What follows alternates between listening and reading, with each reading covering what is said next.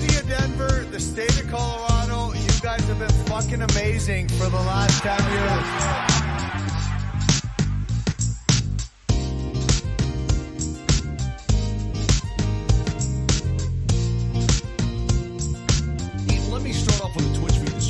And I got to get the whole name right. Mile High Hockey Lab.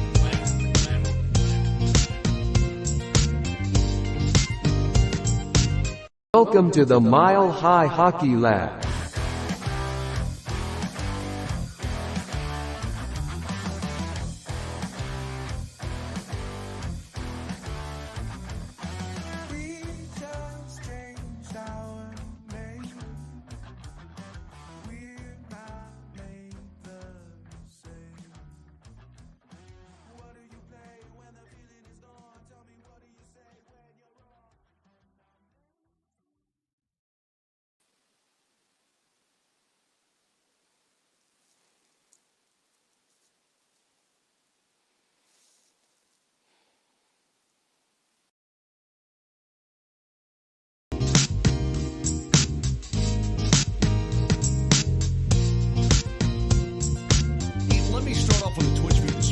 And I got to get the whole name right.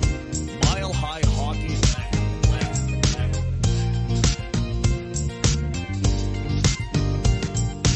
The city of Denver, the state of Colorado, you guys have been fucking amazing for the last 10 years.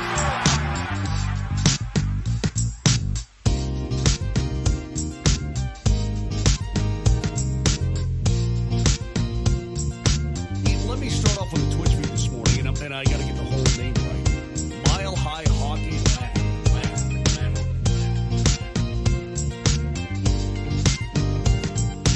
The city of Denver, the state of Colorado, you guys have been fucking amazing for the last 10 years.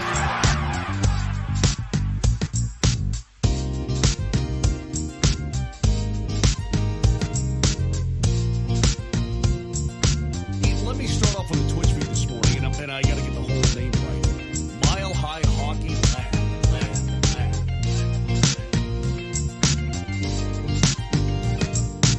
The city of Denver, the state of Colorado, you guys have been fucking amazing for the last 10 years.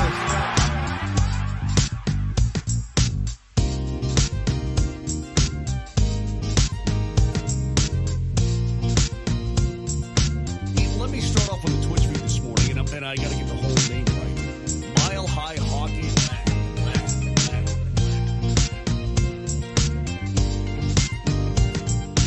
The city of Denver, the state of Colorado, you guys have been fucking amazing for the last 10 years.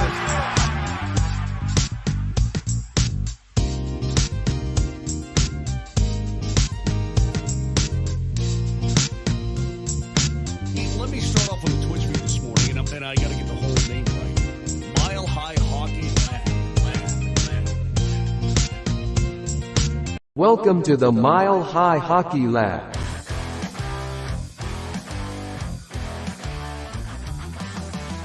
Hello and welcome to the Mile High Hockey Lab. My name is Adrian Hernandez, and I hope that you are hearing me loud and clear as you've joined us at the, this platform that we have from the website, milehighhockey.com, that we have then turned into a podcast because we just have so much to say over there. And sometimes there just aren't enough words, and you don't want to write them. You just want to spew them out your face. So thank you so much for joining us today at the Mile High Hockey Lab. I'm here with Jackie K and Evan Liu. If you like and enjoy this program, please head on over to Spotify. Every episode is available following our live broadcast, and like, subscribe, and share with your Colorado Avalanche fans. We have a very, very fun show on deck for you folks today. We're going to recap a little bit of last week's action, as it's been exactly a week since our last show. We're starting to get good at that again. We're going to talk about the balance of the Colorado Avalanche lineup and a hypothetical playoff lineup. And we are going to spin the wheel of trade targets, which we've done this for free agents before, but I figured, what the heck, we're getting close-ish to the trade deadline, and sometimes trades come in a little bit earlier than that, obviously. So might as well start looking at some of the potential targets for the Colorado Avalanche. And then, of course, we will end our show with bold predictions. So let's get right into things. Let's talk about last week a little bit. And Evan, I'll send this one your way. The Colorado Avalanche with an impressive win over the Boston Bruins with, a couple of fresh faces, one particularly very fresh face and a kind of depleted lineup, but they still found a way, as is the nomenclature here in Colorado. What did you think of Malinsky and Poland, for instance, and what was your take on that win? Yeah, that was a great win, and I kind of maybe this was my fault, but I went in with the pre-notion that the Avs were going to struggle against the Bruins. Thinking back to last season, of course, the Bruins mopped the floor with them twice in a matter of days, and the Avs were shorthanded then. The Avs were shorthanded now, but the entire team showed up and showed out, and that's something that I'm really pleased with. And I especially look at Sam Malinsky in particular with his goal looking like Cale Makar. I mean, I mistook him for Nathan MacKinnon with his first goal. A lot of people mistook him for Cale Makar for that second goal. So just shows what he can do and the ability that he has. And he really should have a shot at the NHL level probably next season, I would say, moving on from Jack Johnson and whatnot. But we can cross that bridge when we get there. As far as Jason Poland's NHL debut went, I mean, it was fairly unnoticeable. Yeah, pretty minuscule. He had less ice time than Curtis McDermott. I think that's saying something. Yeah. So it's his first game, so be it. Seems like that he's likely in again tonight. He didn't get sent down by the Eagles. I made sure to check that this morning. He's still with the team, and with Miles Wood still out sick with the flu, he'll get another shot. Maybe, hopefully, we'll have more than 4 minutes of ice time. That I can say and hope for. Yeah, and if he does have more than 4 minutes of ice time, I think that the Avalanche can say that will be somewhere in the future. I hope that you folks, aren't getting too ahead of yourself with some of these fresh faces that we see entering the lineup, especially when you consider, the injuries. And we'll get a little bit further into that when we talk about the hypothetical Colorado Avalanche team in the future. But Jackie, Nathan MacKinnon continues his home point streak, and that home point streak is now on the line once again tonight against the Vegas Golden Knights. What do you think the Golden Knights will do in an attempt to stop the streak? Just like what every other team tries to do, right? Yeah. Limit his time and space, forecheck him hard. That's all you can really do at this point. Yeah, and is there something that you're keying on with MacKinnon that's like led? I think he just dropped out again. We love technical difficulties. Okay, but Am I here I now? can kind of see Am I where back? you were going with that. What's led to him having success? I think. Yes. I think he does well when he doesn't show his frustration. I think it's hard to remember back early in the year, but he kind of was acting a little frustrated, and that's sometimes when he can get in his head, and some production can falter a little bit. But he just knows his game so well and what he's able to do. So I think that is why he's been able to be so consistently good this year. Right. Like, he's always good, but as I said on an earlier podcast, the consistency, I think, is very impressive just because they've had poor games, and, just to be able to chip in regardless of the ups and downs of the teams, I think is really impressive. So I think he's just channeling that, and the team's benefiting. Yeah, thanks for picking up where I was heading. Before yet again another technical difficulty. But hey, we're just gonna roll with the punches over here at the Mile High Hockey Lab. That's kind of what we do. We're just here to have fun anyway. We just enjoy having folks like you tune in and kind of contribute. So if you have some comments or you have an opinion that we haven't kind of gotten into, by all means, punch into that chat. But Jackie, you mentioned that Nathan, they're going to do, the Vegas Golden Knights are going to do what everybody tries to do against Nathan MacKinnon. But I think that that's the key word, is tries. And there aren't very many rosters equipped to totally shutting down Nathan MacKinnon, if any. So I think that's kind of, it's a 1 point, it's not 2 points or a 3-point night, which is really prime Nathan MacKinnon, game stealing Nathan MacKinnon. And if we get that tonight against the Vegas Golden Knights, it'll be an excellent showing from MacKinnon. But Evan, another impressive win for the Avalanche this past week was their OT road win against Dallas. Kind of an unorthodox victory. but you'll take it, right? No, absolutely. You will take that, and against a good division rival that you are going to be battling to the line with for a top spot in the Central Division. Every point matters, right? And that is one of those where you're going to look back on it and say that maybe made a difference for both teams, really. I mean, Yeah. and for Dallas's sake, it might be, oh, we missed 1 point behind the Avs, who got the other point to get the division, right? And to come back in that fashion with a late third period goal and then taking it in overtime with Nathan MacKinnon just being Nathan MacKinnon, right? Yeah. Like that's exactly what you're hoping for out of a team, that they're showing fight still, even if they're down 2 or 3 goals. And we've seen that, at least a good little while here in this recent stretch of games. Now, I don't think every fan is going to want your team to fall 2-3 goals behind and dig themselves out of a hole every night, but knowing that they have the capability to do that is definitely great. And again, like, just touching back on Nathan MacKinnon, that overtime goal, oh my, like, what can't that man do? We are running out of adjectives to describe him. I guess I'm running out of adjectives to describe him. And if it was not for that St. Louis away game where the Avs just managed to squeak out a 2-1 win, his point streak would be at almost like 30 games or something like that. Something crazy. Which in that game, it wasn't like he didn't play well. He just didn't end up on the score sheet, which is hilarious because I think most of his line mates had points, as well as the D pairing that typically plays alongside MacKinnon. We'll get into this in my bold predictions, but I was so dang close in that game to MacKinnon, Rantanen, Nichushkin, and one other person scoring. Drouin actually ended up having 2, and Rantanen was off the score sheet. I don't know if it was that game or Dallas, but nonetheless, we were close again, but let's not get too far ahead of ourselves. That's at the end of the show. Jackie, so we're leaving this sort of homestand for the Colorado Avalanche, and they are headed up, northeast to play the Maple Leafs, the Canadiens, the Senators, and the Bruins here. Tell me, which one of those matchups is most intriguing to you, and kind of what's the keys to success on that northeast road trip for you? Staying healthy, first of all. Road trips are usually not kind to the Avs when it comes to injuries. Hopefully they bring some extras because history has shown they will need them. Yeah. So I think first and foremost, that's just fight off the injury bug as best you can.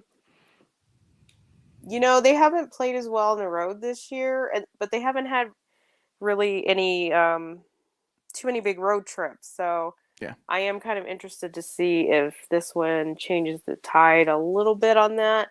I think they only went to the East once, which is pretty unusual at this point for the second half of the season. Which game in particular? I mean, of course, always the Maple Leafs game is, a marquee matchup. Right. I always like seeing Montreal. I'm kind of weird like that. And Same. Ottawa. And I know we just saw them here, so the rematch could be interesting. So I find them all interesting for different reasons, but I guess if you had to pick one, you have to say Toronto. Just you always see how our stars matches up their stars. I think you got to do it. Yeah, and I watched Toronto play last night a little bit, and the big guys were going for them, and that's kind of like, I don't know. There's similarities to the Avalanche like 2 and 3 years ago and the Maple Leafs right now, whereas they kind of got over one hump, but here they are having to get over another. And they've got a relatively talented squad, but the question marks are kind of elsewhere outside of, the top 6. And that's kind of where the Colorado Avalanche are sort of right now. I would say the problem more or less is like forwards 4 through 6. But not necessarily that the Avalanche don't have them, but sorting them out is kind of where we're at. And so I think playing the Maple Leafs will be a good test as to see kind of where we stack up there as well. And this next question was going to be about the Panthers, Evan, but it just dawned on me, and I'm a little disappointed in myself. But Arturi Lehkonen is going to make the road trip and could potentially play on this Northeast road trip. One, what would you give the percentage likelihood of that happening? Just your opinion, of course. And which game do you think that would be? Yeah, I'm kind of surprised by that, Yeah. just because it seemed like that he was still at least a couple of weeks away. I believe we're on week 8 or 9 after his neck injury, and it was, I think, projected 8 to 12 weeks or something like that. So we are Right. I guess we're right on the cusp of that first kind of phase where you could come back. So I don't know. I would say likelihood is probably like 30-40% maybe. Okay. I don't see it being a huge priority for Jared Bednar, unless things massively go wrong with the Avalanche on this road trip, and then they're going to need players. But I think it's more so just like so Lehkonen can be around the team, continue skating, continue taking contact, just kind of get in that game feeling atmosphere a little bit. Yeah. Rather than just staying home and doing individual skates over at Family Sports Center. So that's what I'm thinking. But I mean, if there is any game that he's going to come back with or come back and play, it would be that Montreal game, because I mean, the first time that he was there, it was obviously a great homecoming, welcoming, until he left midway through with an injury. So maybe nice to get a second half homecoming, you could say. Well, it's nice that you talk about, the return to Montreal, and you couple it with like getting comfortable and back into the rhythm of like an NHL lifestyle. Cause I do think that has a lot more to do with it. And like you said, the exposure to your teammates, just getting back into the day-to-day stuff that it takes to, prepare yourself. He can take the morning skate. He can come out and maybe do, some of the earlier warm-ups and do his own thing there. And then some nights he might even take a line rush or two, but just not play. Who knows? It's just it be like that sometimes, and it'll be nice to see Lehkonen come back. So I guess what I'm saying is it's totally full circle. You want to get comfortable, you do, and then you go on a road trip, but to a place that you played before. So there's already some familiarity there, some comfortability. So I like where your head's at with that, Evan. Jackie, what are your thoughts on the Arturi Lehkonen return? Usually I would be pretty much in agreement with Evan, because I would take it a little bit more conservative, and also agree just being on the trip and around the team is important. But Bednar was kind of specific. I think he called this week 9, and it sounded like to me after he crosses week 10, then it's kind of up to him if he wants to play or not. And so I'm going to say the second part of the road trip. Montreal would be a nice story, but I think that's a little early. Okay. But the second part of the trip is what? Philly and Boston? I haven't looked ahead specifically. Yeah, the second part of the trip is Boston. Boston and Philly. And what days of the week is that? So Boston is on Thursday and Philly is on Saturday. So maybe when we get to the later part of that, I could see potential for him to come back. I guess the other factor is that with the break coming up, would he prefer to do it before the break or after? And so, or would he prefer to return at home? So there's those last two home games before the break. But it does also sound like he's kind of, because he wanted to start taking contact, sounded like he was chomping at the bit. So I'm going to officially say my prediction, like one of those last two games. And I also do think that their hand's going to be forced, because someone's going to get injured, because they always do on a road trip. Yeah. And then Benner's going to say it's either Lehkonen or call up Tufte from the AHL, which clearly they don't want to do anymore. So and then he's going to play Lehkonen.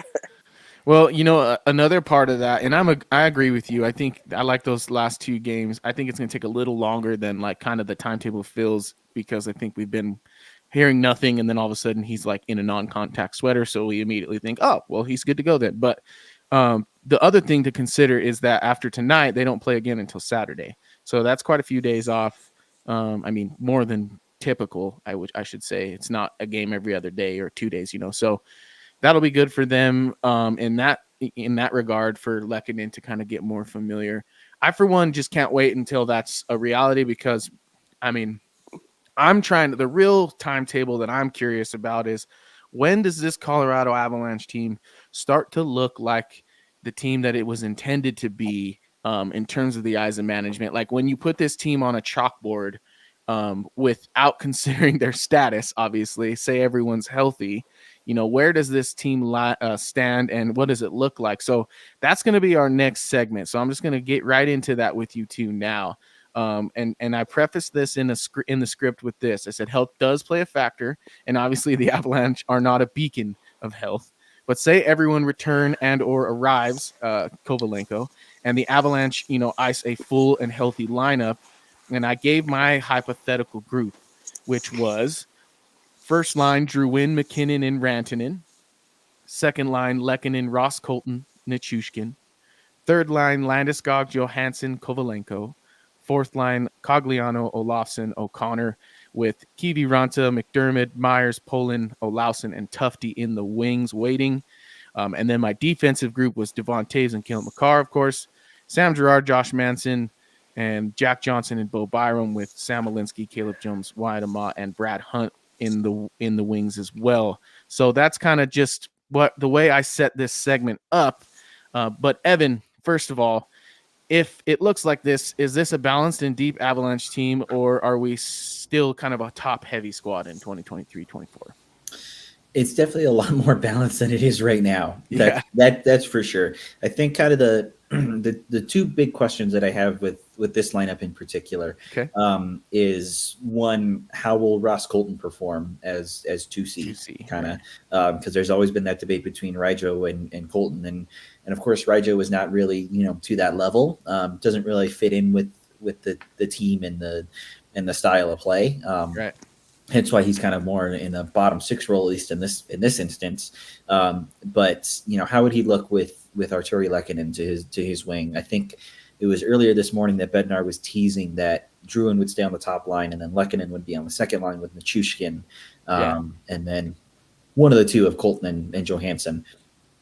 And then number two, how to whoever it is on the third line center, how would they interact with two players coming off of injury? You have Landeskog, who's still, still question marks. We still have not really heard much at all from his recovery, aside from that it's quote unquote allegedly skating soon, but we know nothing really more besides that. Right. In the meantime, I'll be honest, I still keep forgetting that Nikolai Kovalenko exists and is coming over to the Avalanche in March or April. But he's also injured out in Russia right now. And Evan Rao has been really on top of it with Colorado Hockey Now, but he's mentioned that Kovalenko's injured and that Torpedo is struggling actually out there in Russia at the moment. And so they're looking like they're gonna get a lower ranked seed in the KHL playoffs, which could mean that he's eliminated sooner and theoretically could come over to Colorado sooner. If that's the case, is he healthy by the time he gets here? I think that's number one. Number two, how is he going to fit in? We know what he's capable of, absolutely, but will his game transition then over to the NHL, to this vastly different level of hockey than the KHL is? I think those are really kind of my two biggest questions. Otherwise, like on paper, that team looks phenomenal, and I would not mind rolling into a 7-game series with that. Barring health, of course. That's where I'm at with that. Yeah, and I agree with you, and that was kind of my next question, which I'll send to you, Jackie. But they're top heavy now, but they have the potential to be a pretty deep squad. But here's the question, Jackie: how comfortable are we with the risk of waiting for people to be healthy? Well, I wouldn't, because I would never assume full health. That's just me. It's just so hard to try to evaluate with Landeskog in it, because that does make such a huge difference. And the more and more, I just feel like there's just going to be no reason to force it this year. Like, if he can have a full summer of skating and doing what he needs to do to get ready, it's just not worth it to push him again, because you push him one more time, that could be it. Could be the last push. Yeah. So I just, even if he feels amazing, he hasn't played in 2 years, they would be reluctant to play somebody immediately in the playoffs in that scenario. And then you put him in that scenario, and what if he has he feels good, but he gets a tweak? I don't see it. So to me, it's really kind of an unrealistic hypothetical to Okay. add Landeskog into it. Fair. But he does definitely change the complexion. Then you are making the argument maybe they at least have 5 top 6 forwards. I don't quite consider Drouin top 6. Like, I think he's slotting up there good when he's playing well, which he is right now, which is great. I think the Avs are a better team if he's like solidly on the third line. Agreed. And then you have those guys that you can elevate because you're always going to get entries. Yep. And I think that's like what they had in a Burakovsky. Like, he's somebody that truly didn't play a lot, but he was so valuable because like he had enough skill and talent. You could easily play him in the top 6. But when everything was when they had the depth, when they were healthy, he wasn't. He was more on like the third line. Yeah. And so I think that's what they need to strive for to truly have good depth again. You need to be looking in scenarios like that. And so I still don't think they're quite there yet. Like, obviously, if they get a miracle health run, I think Kovalenko will at least be like a third liner, so that's cool there. And then, but I think they're going to need to add a few more pieces now. Of course, I hate the deadline. I think you don't get miracles from the deadline. For me, this is more of like you continue to build your team through the off season and the summers, and maybe one day develop someone, that'd be nice, and then you build your team that way. But so I think I don't know. I still don't love the forward depth. That's just my answer. Yeah, and I the more I hear you talk about this, the more I feel like Drouin is here. I don't want to say on a temporary basis, but likely on a temporary basis to be sort of a monkey wrench in the top 6 that allows that second line to be what it should typically be, and or without Landeskog swapping with the first line as Landeskog is injured, and then we have to ask ourselves when we look at this hypothetical lineup, like is it really worth it, like you said, to have Gabe Landeskog come back and play the third line? I mean, I guess in terms of his recovery, you shelter his minutes there with him there. But is it worth it if obviously it's not worth it if he injures himself again or tweaks something, when you could wait a season, have Jonathan Drouin kind of roll out or maybe get an extension, but go actually play on the third line with a Kovalenko and maybe Johansson if he sticks around. And then you do have a real top 6. I mean, maybe outside of still your 2C. And so I don't hear you guys mentioning much about the defensive group. Evan, is there any holes in kind of my hypothetical lineup there, or are you confident in the depth because of what we've seen from Malinsky and Jones?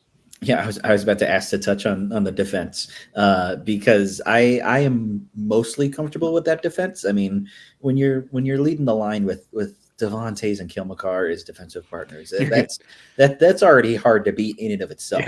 Yeah. What I will say is I'm definitely interested in questioning kind of not just about the defense, but overall, how the help. Well, I guess one, if we're healthy, and two, those players who aren't healthy and aren't able to play, how the replacements would be. While I really like Sam Malinsky's game and he's looked really good, the nature is that the playoffs are a whole lot different. They're a whole other level than the regular season. And I don't know how daunting that would be to young Sam Malinsky, who's still trying to, make his way in the NHL, let alone, do it in a playoff setting. The same, I guess, would kind of go for Yoel Kiviranta, even though he's already done it, but that was just kind of like a flash in the pan for him. Yeah. That 1 year with Dallas, looking at the others here, Ben Myers is kind of the same way. Like, that doesn't excite me very much. Yeah. And then, I feel like if we're rolling with Curtis McDermott in the playoffs, something is definitely, not right within the team. Not saying that Curtis McDermott is a bad person or anything, but it's just there should be other options in front of him. So if the resort is having to play McDermott, then the Avs are going to have some issues. So that's really where I'm kind of questioning questioning it. And kind of the same too for Caleb Jones, because we haven't touched on him yet. His first game back in the lineup was rough. Yeah. He hadn't looked like he played hockey in weeks, and it looked like it out there. So, whether it's playing consistently, if that will help everybody. If the Avs are just like an absolute train rolling through everybody going into the playoffs, then maybe you stick with that. Right. This is why we are hockey writers and podcasters and not head coaches and general managers. Yeah. And I get could try. Yeah, I was gonna say, are there any openings that are looking for somebody? Because I'll gladly give it a whirl. I mean, I might fall flat on my face, but it sounds like a fun failure. Yeah, I guess I could mention my thoughts on the defense. Go ahead. I do think they're in one of the better places they've been with defensive depth. It's like, in theory, you always want more defense. So, in theory, the Avs, they usually like to add a defenseman at the deadline. But it's like, what kind of defenseman are you going to get? You have a locked-in top four. Manson can play top four. And then you have depth pieces. Like, if you're really upgrading your defense, you'd be like upgrading on Jack Johnson. And then they'd have to be willing to move him. Mhm. Like, I think this is about as realistically good as it can get. That Malinsky's the guy more with the upside. Jones is the guy that has the experience. I just don't see how you're going to realistically get better defense unless you just either make a really stupid trade, but you just can't play everybody. Like, it's obvious they don't want to sit Jack Johnson. I know that's Clearly. always like the solution. Why don't we keep Malinsky and sit Jack Johnson? They're not sitting Jack Johnson. They literally haven't healthy scratched him once. They're not going to sit Jack Johnson. So Yeah. if you're not going to do that, then you don't need, like, how many guys do you need sitting around? Like, I think this is kind of where they're at. Plus, they know that, they're comfortable. I'm actually surprised they haven't needed to use Brad Hunt by this point. Same. So, knock on wood. This is a good thing. Yes. And they know that they can squeeze a few games out of him and are comfortable with that. So, I just don't see how you can spend the money and the assets and have more guys sitting around. Yeah, I think we have Malinsky and Jones to thank. I mean, not to thank, not like I don't like Brad Hunt being on, playing with the Avs. He's fun to watch, but I think that the way that they've kind of shook out, had some really nice moments in their time with the big club, has afforded the Eagles the opportunity to keep their captain for the entire beginning of the season so far. So pretty much, it sounds like you guys are kind of in agreement that this is sort of in some form the most ideal lineup for the Avalanche. But are there any obvious alterations that you guys would make just off the top? You mean? Not really. Not that I can. I mean, everyone wants to add more forwards. I think. Yeah. But the question is obviously the cost. Like, what is it worth it? There's opportunity cost. There's also long-term ramifications. This is like hopes and dreams season. You hear all these crazy fantasies and these ideas like it's fantasy hockey, and it's just, it boggles my mind, really, because everything is just, almost all of it is nonsense. Well, I hope you're prepared for an entire segment of nonsense. I was going to say, this leads right in perfectly. As we cue our wheel of trade targets. So let's talk hypothetical franchise nonsense, as we have so dubbed it here. But you know what, Jackie, you're completely right. It's just kind of our job to talk about it, So let's, here's how we're going to do this. If you haven't seen our free agent wheel, we usually do that obviously ahead of the season when the free agent window kind of opens up, and we just spin this thing. And if it lands on someone and we talk about them. This time around, I'm going to dish to you kind of, these few things, or a couple things. Do you think the trade is viable for the Avalanche? And then what would be the cost? And then explain kind of why. So let's spin this stinking thing. I've got 25 players on here, and I think I've got it pretty much covered. Should note it is from the Sportsnet Top 25. It is, yes. Okay, who do we? This thing is on fire already. I like the music with it too. Yes, beautiful. All right, so Morgan Frost, center from Philly, correct? Correct me if I'm wrong. I'll take this one. Go, Bingo. Jackie. Okay. This is actually at least one of the better discussion players to discuss. Because he has definitely been rumored to be on the block, so that part's realistic. Um, I think way more realistic than any other young Philly players. Uh, I don't think it's a fit because Bednar's not going to want to bring in like more young guys with question marks. Like the deadline is for reputation, experience, leadership, won the cup, blah blah blah.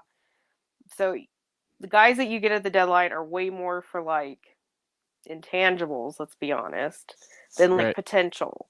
And so I don't think the Avs would do it. Plus, the Flyers are probably going to want.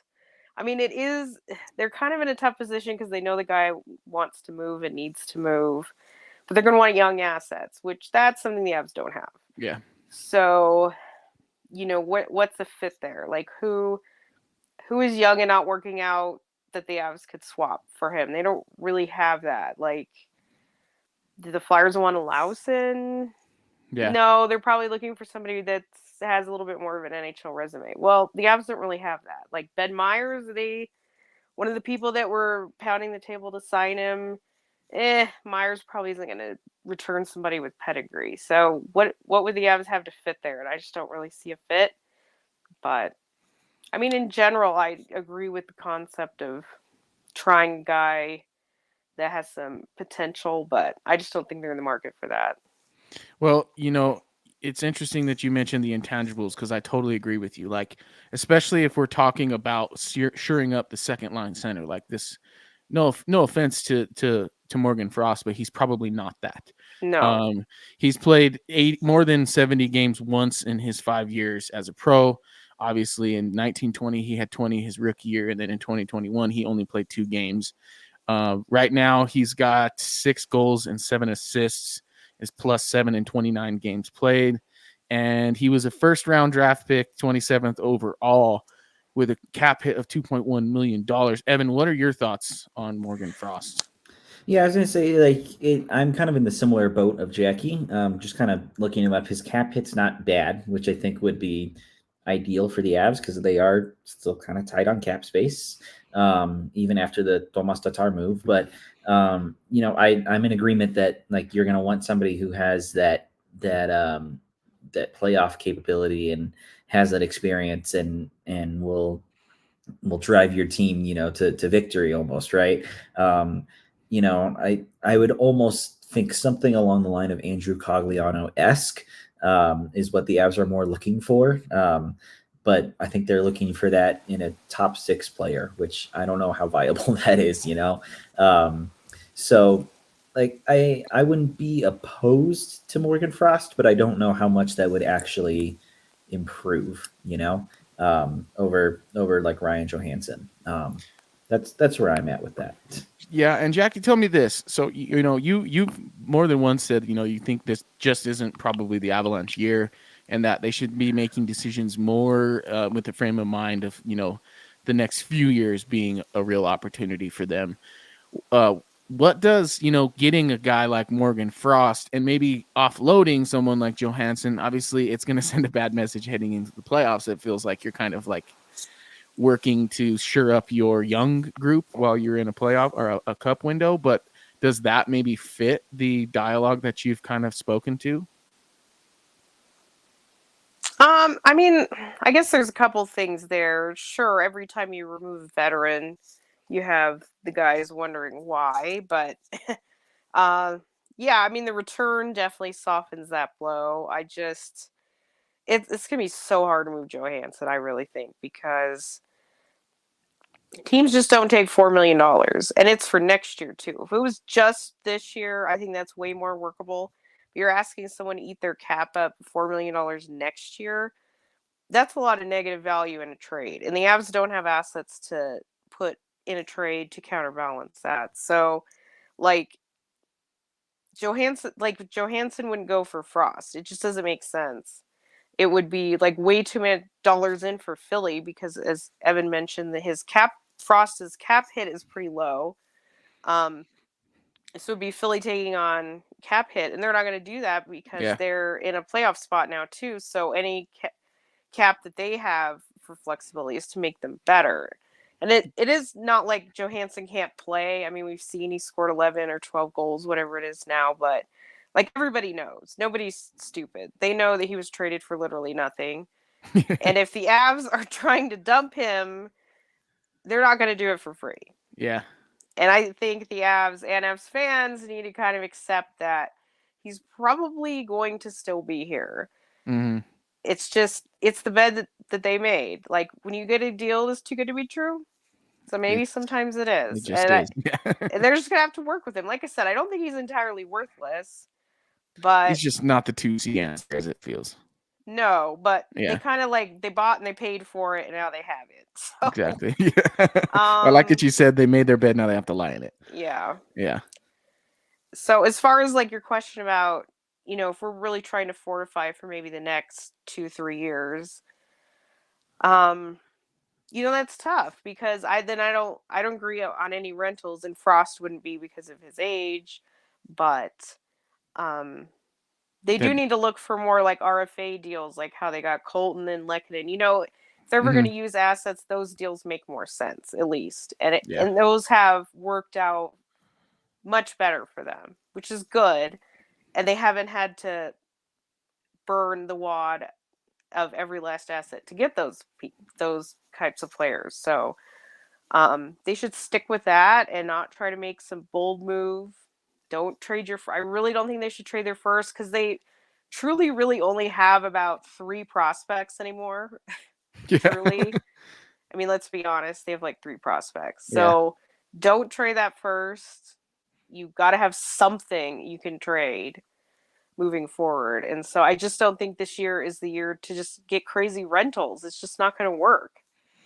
Okay, well, let's hope it doesn't land on a crazy rental. I was gonna say, but in before it lands on a lazy Yeah. home. yeah, but Okay, well then you all can take that one. No, but Jackie, like you're right though. If you're right about this not being like a good like an ideal time for the Avalanche, I'm with you. Like they do need to be making moves that fortify for the future. You put it well there. But let's spin this thing and let's see.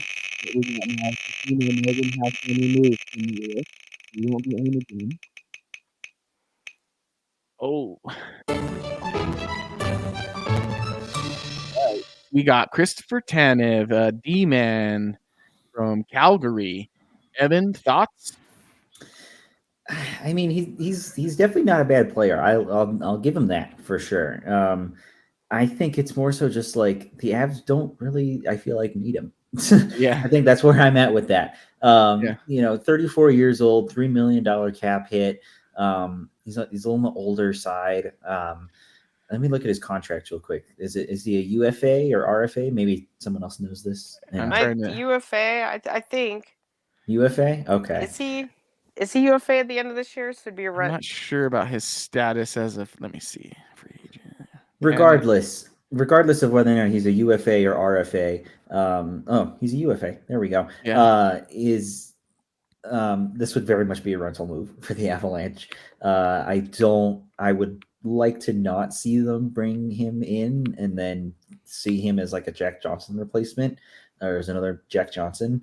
I just think they have better options on defense other than Tanev, and I'm pretty comfortable with that. I mean, like Jackie mentioned earlier, you have Malinsky and Jones and Brad Hunt that's waiting in the wings, and then kind of below that you have Wyatt Amat. But then kind of outside of that, I couldn't really tell you any. Jack Aiken, right? Yeah. Jack Aiken's defender. No, you don't want any of those guys. Yeah. Once you get to that point, then there's bigger issues. But I just don't really think that the Avs need him or should target him. Well, he's in his 7th season. He's only scored more than 2 goals once. And that was in 21-22. Obviously, he's not a goal scorer. So you're right in thinking that like maybe he's a Jack Johnson replacement, if anything. But now at that cap hit, it's like, can we go get a more expensive Jack Johnson? That doesn't make any sense for the Colorado Avalanche. Jackie, what do you think?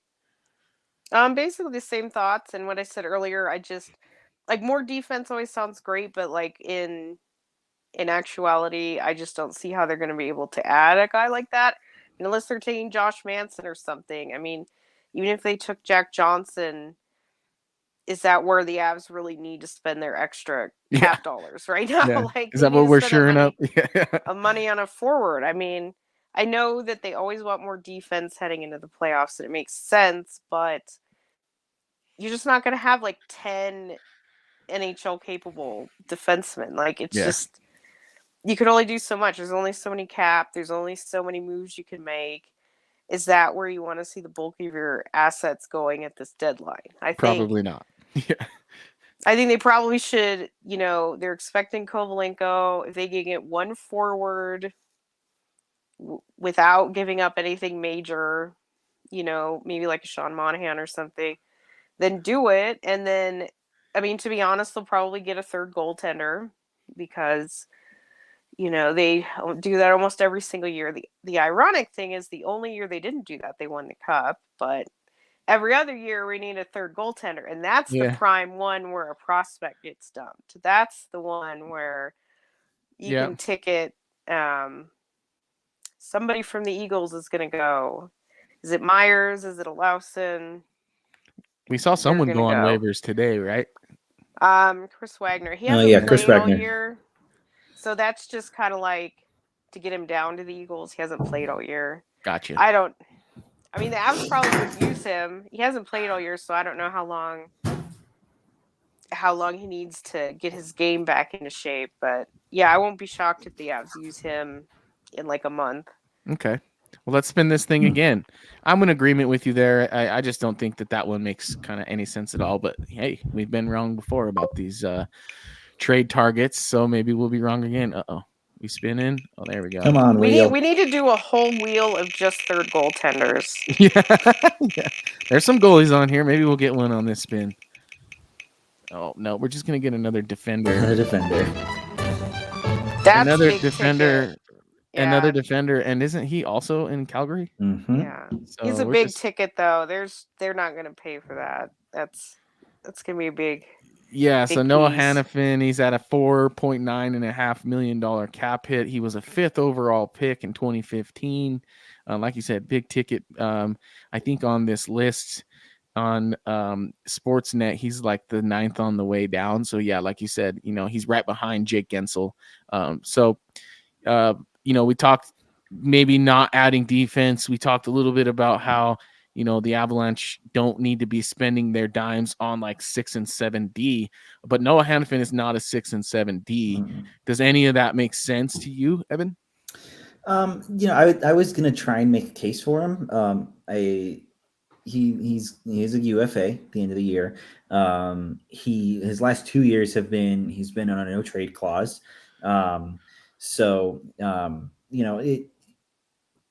Theoretically he could be an Av, but you'd have to give up a lot for that to happen. And I don't think that the Avs are going to want to give up that much to get him. If they do, and if they do get Hannafin, it would be very much hey, we're kind of changing the prospect of our defense a little bit. Really the kind of clear cut, I guess, quote unquote replacement that you could see Hannafin coming in for is Josh Manson.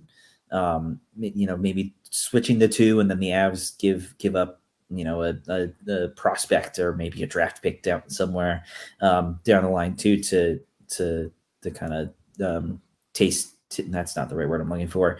To make the deal better for Calgary. Gotcha.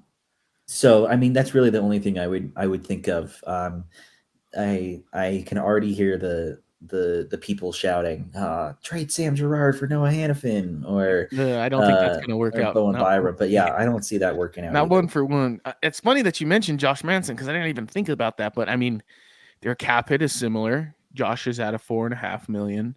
So if Calgary is wanting to kind of the Islanders ate some talent when they traded Devon Taves. So if I don't think the Flames are in this area. But if they're trying to just get rid of, contracts and the Avs say, hey, we'll keep $1 million. And you know what I mean? Yeah, I get you there. And I think also in particular that something that would also benefit the Avs is that Hannafin's only 26 years old. He's about to turn 27 at the end of the month. Josh Manson is 32. Mhm. So the Abs would get younger, sure. Manson would move up to Calgary, where they are having signs of a rebuild coming, but I don't think they want to accept it yet. And Manson could help with that, sure. But I also don't really think Josh Manson would want to make that Interesting. move Yeah. himself. Yeah. So I could see it happening, but I think it is more on the lower end of the spectrum in terms of like, do the Azers really need to do this / want to do this? Yeah. I think there's other priorities on top of that before looking at a possible move for Noah Hannafin. He does have a no trade clause to Manson does, so he'd have to waive his no trade clause. Like, it's a firm no trade clause. It's not modified. The next 2 seasons after this, Josh Manson will have a modified no trade clause. So be interested to see how that sorts out. Jackie, do you have anything to add on Noah Hannafin? I would just think that whoever trades for him is probably looking at giving him an extension. I don't see the Avs able to do that. Good point. Other than just like a pure rental. I mean, sure, he'd make your defense better, but who's playing on the third pair? It's just like, Yeah. I don't know. It's just I don't see it worth it. I mean, it sounds nice to have like on paper, like, oh my god, this is the greatest defense of all time. And we just know that that's not the area where the Avs need to make a big splash. The Manson conversation is interesting because he will have value around the league. Like he has a lot of those intangibles, won the cup, physical guy. Would a team think of it like that, as like, oh, we get a player in return that's signed, but he still has injury issues? Is he considered overpaid? That'll Yep. be interesting to see if the Avs really ever can move him in a deal to try to make an improvement or not, because I bet there's going to be a wide range of opinions in the NHL about just the value of him and his contract at this point, and Agreed. if the Avs can pull it off. So, Well, he's kind of like playing to prove whether or not he's worth his contract right now. right, and so I don't see him as a total negative asset, but it would have to be like the perfect fit. It would have to Yeah. be the organization that wants him and sees value, that he has term on his deal, is able to pay him, and then is able to give the Avs something they want in return. So, Right. I mean, maybe it'll happen in the next couple years, but yeah, like it'll be more likely when he doesn't have that full no trade Okay. as well. Yeah, I agree with that. Yeah, and I think it'll be like, hopefully the season ends well for Manson as an individual, and then when he does have that modified no trade clause, and say the Avs are kind of like, hey, we do want to get a little bit younger. Let's send you somewhere that's kind of like where you want to go before you retire. And I think that that's a viable option, or else I don't think the contract would be structured the way it was. But let's get one last spin in before we get to our bold predictions. Go ahead, Real Evan. quick, I was just going to ask, Manson's modified no trade clause kicks in 2 years, you said, right? In 24, I think 25, after the this next season. 24, Yeah. 24 oh, See, next season. he signed Yeah. for 4 years, so the first 2 was No trade. full. The second Yeah. 2, Gotcha. yeah. Which he gets us. You could explore something at the end of next year, exactly. maybe, but at least for now, he's seems I don't unlikely that see he it. move. Yeah. All right, we're spinning this thing one last time. It likes to think for a second. Go ahead and do your thing. There we go. Give us a good one down, Don.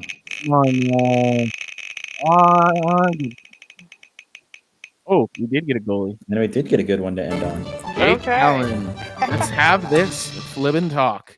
Jackie, I'm going to send this one to you first, just because I feel like you have a lot to say when it comes to the goaltending situation here in Colorado. So tell me what you think. Jake Allen, could he be a good kind of 1B to Georgiev, or someone to challenge him for starting role, or is he true backup? Well, with the money, I think he makes 3 somethings. That's about what Georgiev makes. Right. If you weren't worried about the money or whatever, sure, it'd be nice to get an NHL veteran. He's better than Prospetov. So that Mhm. would be a nice tandem. So I could see it from that point of view, but from the point of view that he probably is the best goalie that's actually on the market. I mean, I guess there's a little bit of thought that Markstrom could be. I don't know Yeah. how realistic that one is. Um, it's just hard to get goalies like that at the deadline, first of all.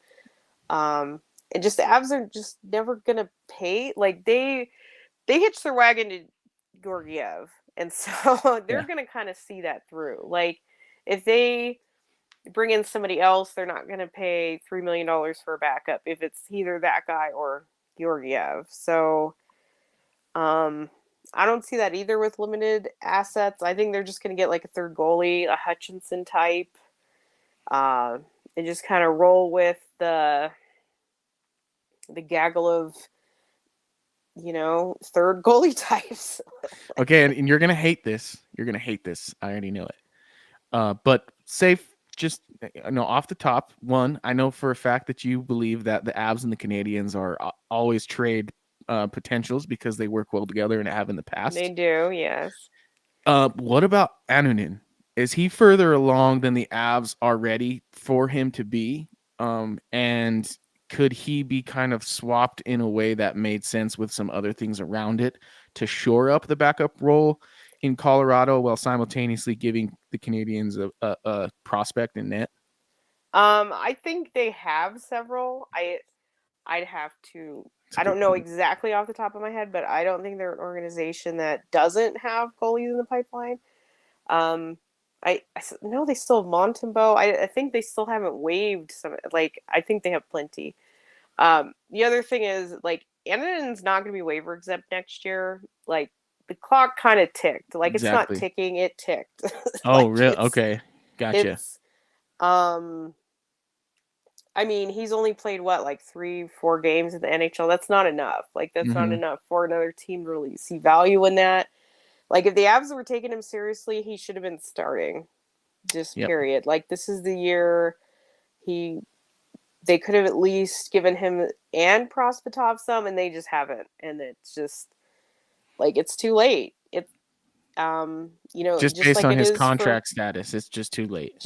it's just the trajectory. Like it's Gotcha. also the history of goaltenders in the AHL. Like after so this has been his first year was burned in Europe. I think this is third year. It's just given his age, how long he's been since his draft year, how long he's been in the AHL, the history of the trajectory is it had to happen this year, and it didn't. So Yeah.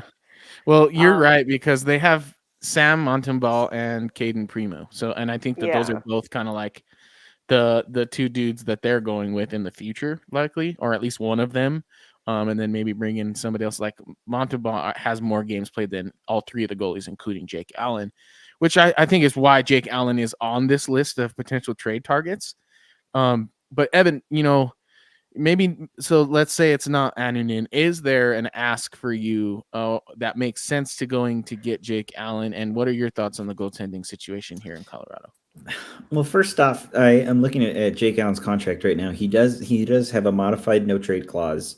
There are 7 teams on his list that are no trade. So maybe the Avs are on that list. Maybe they're not. Who knows? So that's step one. Step two, in terms of what Montreal is going to be looking for, I am not really sure because I'm in agreement with Jackie that Annunin will definitely not be it. I think he would definitely be third out of the 3 of Montembeault and Primo up there in Montreal. So, I mean, you could throw him in there, I guess, do a goalie for goalie, but then Montreal is going to want more out of that. They're going to want, maybe a different NHL capable player along with that, or maybe some more draft prospects as well. So I'm not exactly sure what their asking price would be. And Jake Allen as a whole I feel like he's not that great. I mean, he struggled in St. Louis and hence was moved to Montreal, where he's just kind of been under a microscope the entire time and has not helped him at all. No. It's the same as Toronto. When you're in those markets, you are consistently under a microscope, and that can affect your play. I do So want to I'm not say, sure. as an aside, that, and this is like an off-season thing, but since we're talking goalies, the Avs are really going to have to revamp their entire goalie, like, I don't know what you would call it, depth chart, because after this year, it might be 1 year of Georgiev and nothing, truly nothing. Like Francouz's contract's done, Prospatov contract done, Annunen contract done, Yep. Trent Miner done, and they're not signing Zhigalov or Shmakov. So Zhigalov's rights will lapse, Shmakov's won't because he's in Europe or in Russia forever. But they'll have nothing. They don't have a prospect that they've drafted. They don't have anybody under contract. They don't have anybody they're developing. They have nothing. Well, at they're just any going to have to go get Markstrom, I position. guess. So what are they going to do? They're going to have to revamp like 2 through 6, 5 or 6 of a goalie pipeline. Yeah. Then in that case, And- I can maybe see them going for Jake Allen, because Jake Allen's contract runs out next year, 2024-25. If they're looking for somebody who, Could. Yeah, very loosely use the word could be a number one for the Avalanche, even if it's just for like a gap year, for what would that be, 2025, 26, Yeah. and then figure out who knows what for 26, 27 and beyond. I guess he could do that, but his cap hits 3.85 million. And again, I just don't see him to be that. They just can't pay that on a reliable. backup. Yeah, and they can't pay that. Yeah. Like in a vacuum, those two as a tandem, yeah, I think that'd be a good tandem. But they just don't have the budget for that. And where are they going to? I mean, they're just going to be signing all these randoms off the street. So it's possible that they get a third goalie that's actually signed for next year, which might help them a little bit. But it's not going to be anybody that has any real talent either. Yeah, and to answer they're definitely in a hole there. Yeah, and to answer your actual question about how I'm feeling about Avalanche goaltending, because I know last week I was like, oh yeah, everything's fine with Georgiev. I'm feeling good about it. Now I'm not so sure. Not great. Not great. Yeah, I'm not so sure. Overall, I think it's more like let me backtrack a little bit. Okay. I was a soccer goalie, and I was always told and it's for soccer, of course, not for hockey, but you have to beat 10 players before they beat you. And that's something that I have tried to do myself. So I give goalies a little bit of the benefit of the doubt because of that, because they have to beat 5 guys before they beat the goalie. Yeah. But when you're not making saves that you're expected to save, then that definitely does not look good on you. Goes out the window. Yeah. Mm-hmm. Exactly. So, and you're one guy having to make a save on one guy. I know. Exactly. So, it's in terms of how I feel overall about the goaltending, like in the grand scheme of things, it is a whole lot better than what it could be. It could be. Yeah, absolutely. That's true. We're a little spoiled. Yes, we are spoiled, and Avs fans have been spoiled for forever since we. I think Georgiev will be fine. Yes, I really am not that worried about him. Yeah, Georgiev overall will be fine. He will finish out his contract at the very least, and then we can figure it out from there. Well, Jackie, you're always the voice of reason around here. So you know what? I tend to lean toward what you have to say. So whenever you tell me, hey, everything's gonna be okay, I sleep a little bit better at night, and so that's how I feel. I appreciate that. I know I'm the wet blanket. No, I think you're the realist, and I'm the overly emotional reactionary. So even with the crying baby around, huh? Yeah, exactly. He's rubbing off on me, I guess. But let's close the show with our favorite segment. We're gonna talk about our bold. It's a bold strategy, Cotton. Let's see if it pays off for him. We had some good ones last week, and we had some not so good ones last week. I'm glad you got my hat trick. Yeah, you got ding. Hey, you know what? Let's give you one of those just real quick since you're back and you weren't here to get it. But let's start with Jake's bold prediction. He said Logan O'Connor will score a shorthanded goal this week. He was wrong, But I mean, do you consider He stealing a did puck score. from? He did score a nice Yeah, I was one. gonna say, do you consider stealing the puck from two dudes and scoring single-handedly, like sort of a shorthanded goal? So I It's don't know. pretty close. Yeah, Yeah. it was a nice goal. That was a very good goal. Mhm. Evan, your bold prediction was that the defense would score 6 points. Did that happen? I went and checked and counted.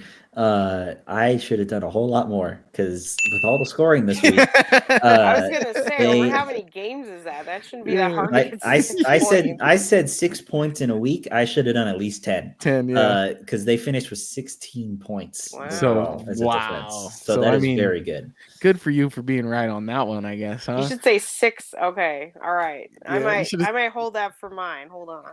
Did we get 6 from just Cale McCarr? Sorry, did I steal yours, Jackie? Oh, let me look. Oh no I'm no gonna no look no now. no Hold no. on. I'll wait for it. Okay. I'm gonna and then- check real quick. We had Ezra who said the Avalanche will have a power play goal in every game this week. I gotta check on that one. I don't know that they did.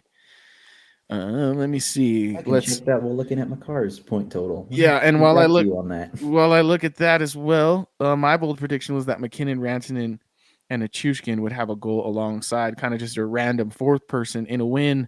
And dang it, that was hecka close, but it didn't happen that way. Just Mikko Rantanen was kept off the score sheet on one of the nights that it was the closest. So let's look at Ezra's here. Let's see. They played the Bruins, and I believe they did have a power play goal against the Bruins. They played the Panthers, and they definitely had a power play goal in a weird-ass game against the Panthers. I think he's right. I think they have. I believe he is also right. I Yeah. think he's right. And if we're wrong, then we'll just come on here and buzz ourselves. Yeah, He's right. He's right. He's right. We got a ding this week. Good And for also, you, Ezra. McCarr alone got 7 points. Yeah, So, thank you, Kale. I You know what? appreciate it. There's another ding for you then. How about that? All right, so let's get to this week's bold predictions. I'm just going to get it started over here on the X machine. Who wants to go first? Jackie, you go because I'm I still can thinking go. about mine. Yeah. Okay. I'm kind of taking this off of Evan's pick last week, but it's a little different. 6 goals from the defense. Ooh. Can definitely see that being a possibility. And then how many, I don't know how many games we're counting as in the next week. Like Vegas, Let's just say Toronto. before next Wednesday. Yeah. With next Before Wednesday next show. included. Yeah. A week from, all the games within the week from today. So 6 goals but I'm from going the to go with defense. that. Nice. I kind of had a little, they can't always be the bold hopes. I felt like they're going to have to call up 2 people before the next show, but we don't want to predict injuries, so I'm going to go with the goals. Okay. I like your style there, but I hear what you're saying because I think I'm in agreement with you on that. Evan, what do you got for me? I am still trying to think of one, and I have a couple of ideas. So 1 or 2? 2. Yeah. Okay, 2. With Josh Manson and Bowen Byram still being out. Byram, I know, is coming back hopefully soonish. Manson, who knows? I guess he's day-to-day, right? But that still gives Sam Malinsky a chance to shot in the lineup. So I think in the next week he's going to get another goal and an assist. Okay. I like that. Nice. 2 points in a week. I think that's pretty doable. reasonable. Yeah. And I think it's bold. I do think it's bold. We mentioned earlier, kind of how he has some similar like a gait, I guess, to Cale McCarr. Just that point shot and how he got that on just by giving himself kind of like a half a foot of space with that one little stop and push. And, I for one, if he really comes on, like the Avs defensive group, like we've mentioned with the trade wheel, is pretty much A-okay.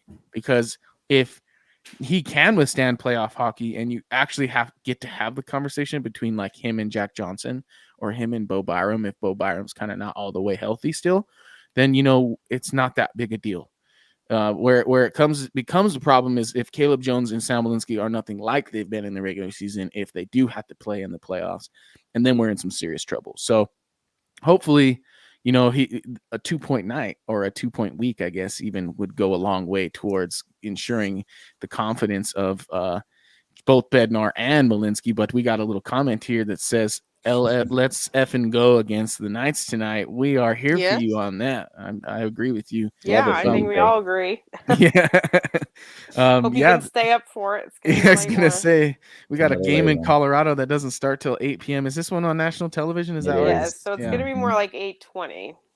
Okay. Mhm. Okay. So Yeah. my bold prediction is that I will fall asleep before this game ends.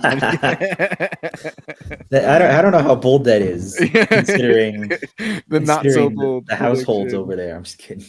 Yeah, exactly. With the kid around, I might be up all night, honestly. So we'll see. But my bold prediction this week, and Jackie, I just want to say, I'm so glad that you did get your roses on a hat trick call, because I swear I did like 3 or 4 weeks where I was like, anyone will get a hat trick, and you called Nathan McKinnon and he got 4 goals. So it was like that was no doubt of a ding as there has ever been.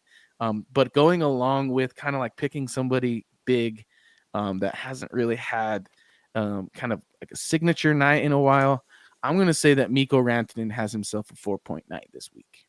That'd be nice. That'd be very good. I can see that being pretty feasible too. Does It just at felt Montreal and so Ottawa. much like we were getting a hat trick. Like, oh, it just was coming. But I almost feel like the next one is Nuke. And I Yeah. think that'd be great. It'd be a great hat trick to see him get one. But that might not be soon. That might just be like the rest of this year. Yeah. If you had chosen number 1 for my bold prediction, it was surrounding him. So maybe I'll save that for next week. Okay. Oh, I like it. I like it. Well, it's going to be a wonderful game tonight. I'm really excited. Anytime the Avalanche play the Vegas Golden Knights, my blood boils a little bit, and I think about bad times and also good times. So right now, Nathan McKinnon is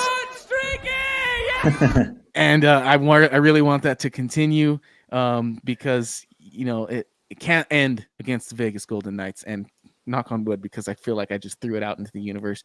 But that's going to do it for us today at the Mile High Hockey Lab. Thank you so much for tuning into kind of an extended version of the typical episode. Thank you two for joining me for a little bit longer than usual. Of But course. if you enjoyed what you listened to today, please head on over to the website. Also, head on over to puckyeti.com. We have some previews and articles over there as well. milehighhockey.com. You can follow the actual website at Mile High Hockey, and you can follow the podcast at MHHSEC. Yes, Evan scrolling across the bottom. So thank you guys for joining us. And here's to the I'm actually going to put up that comment again real quick, because man, that made me got me excited. Here's to let's effing going. Does that make any sense? Let's just effing go. Let's just effing go against the Vegas Golden Knights tonight. Thank you all. Have a good one. Thank you for tuning into the Mile High Hockey Lab.